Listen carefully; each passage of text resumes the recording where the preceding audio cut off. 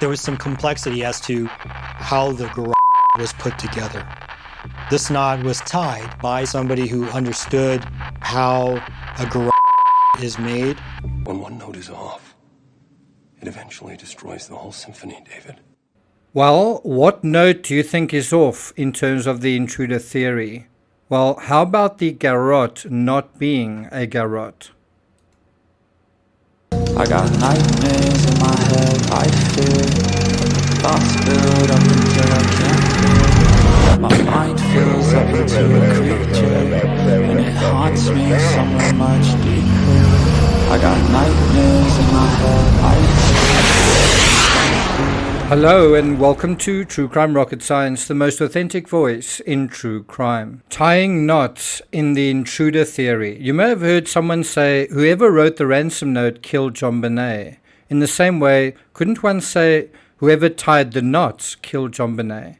And in the previous analysis, I kind of explained why I thought that made a little bit more sense. I have mentioned previously why I think there's a wrong note in this whole idea of whoever wrote the note killed JonBenet. I don't think that's correct. I think the right note is something like this. Whoever wrote the note was an accessory to whoever killed JonBenet. What happens when we implement that level of thinking? Now, going back to the knot making, what did the intruder know about knot making?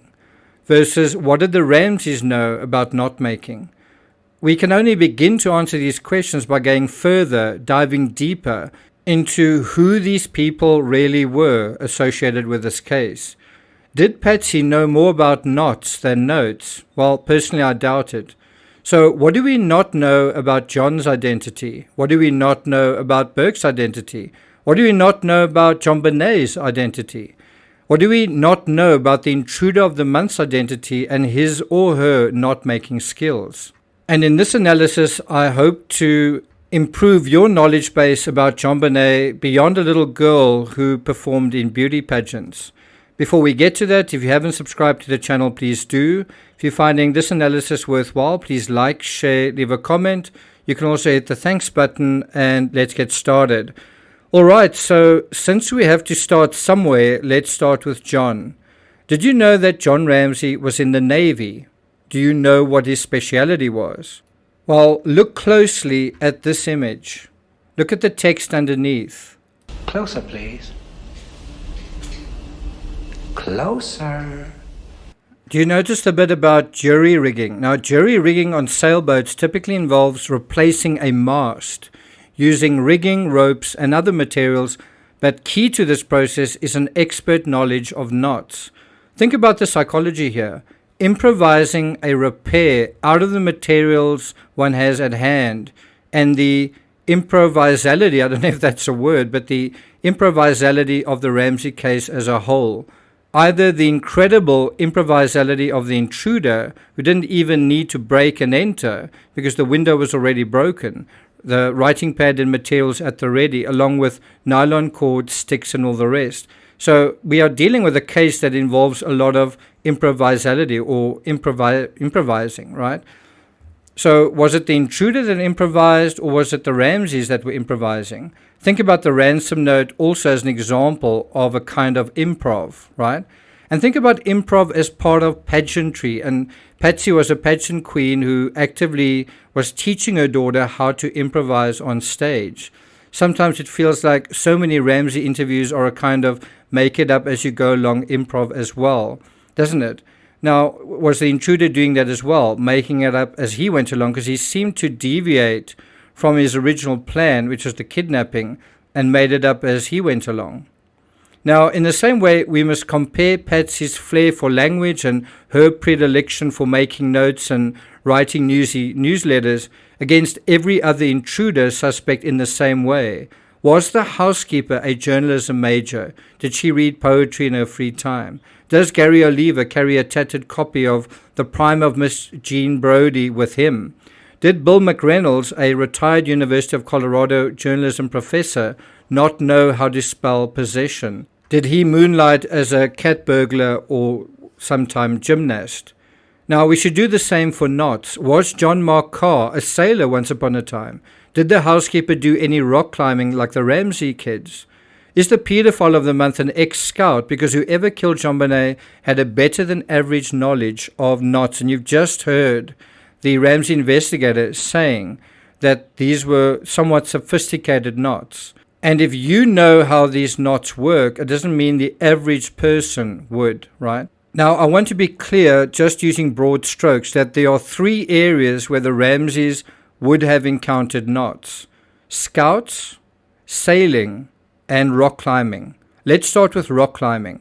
Did you know in October of 2008, talking to Oprah, John Ramsey let slip that JonBenet was being coached in rock climbing in the very last weeks of her life?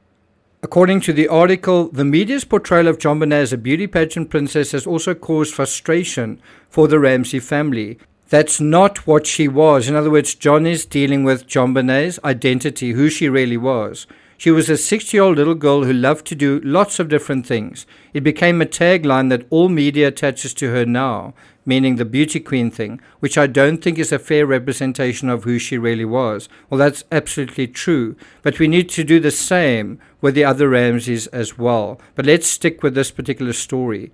What most people don't know is that JonBenet also took violin, piano, and rock climbing lessons. And I think in line with the whole rock climbing thing is the fact that they're living in Boulder, which is a sort of a mountainous area. You can go hiking. You can also go mountain biking. There are bicycle paths all over the place. I've been there, and it really does feel like an outdoorsy setting. Rock climbing is also mentioned in The Death of Innocence. Let's go to that now. She also loved inline skating, arts and crafts, and gymnastics. She took violin and piano lessons. She could hula hoop and stand on her head. Her next challenge was rock climbing. Patsy had already signed her up for rock climbing lessons at the East Boulder Recreation Center. Patsy had taken JonBenet there one afternoon, and JonBenet immediately started climbing up the walls like a little spider. Well, I think she probably would have had ropes attached to her. I have done a little bit of rock climbing, and you tend to have that as a safety measure, right? That's from Death of Innocence, page 52. Now, on Reddit, one poster has creatively come up with the scenario that the pedophile intruder encountered JonBenet at the East Boulder Recreation Center. And guess what? He knew how to tie knots as well. Have we just solved the case? And look at this article from August 24th, 1995, around about a year before the incident. Look at some of the references there to deviant behavior, etc., etc. It makes sense, but would a rock climbing, not fashioning aficionado also be carrying around the prime of Miss Jean Brodie and basically write like a girl? Does that make sense? Our thinking about the Ramsey case is both stuck and fragmented, and that hasn't gotten us anywhere in 28 years. So let's try to free our minds and think about this case in a new and different way. Are you ready to do that? In the next analysis, I want us to re-examine the knot narrative, but this time through the sailing perspective and with a lot more specificity than I've done here. But let me leave you with this thought. Why are there loose knots versus tight knots in this story?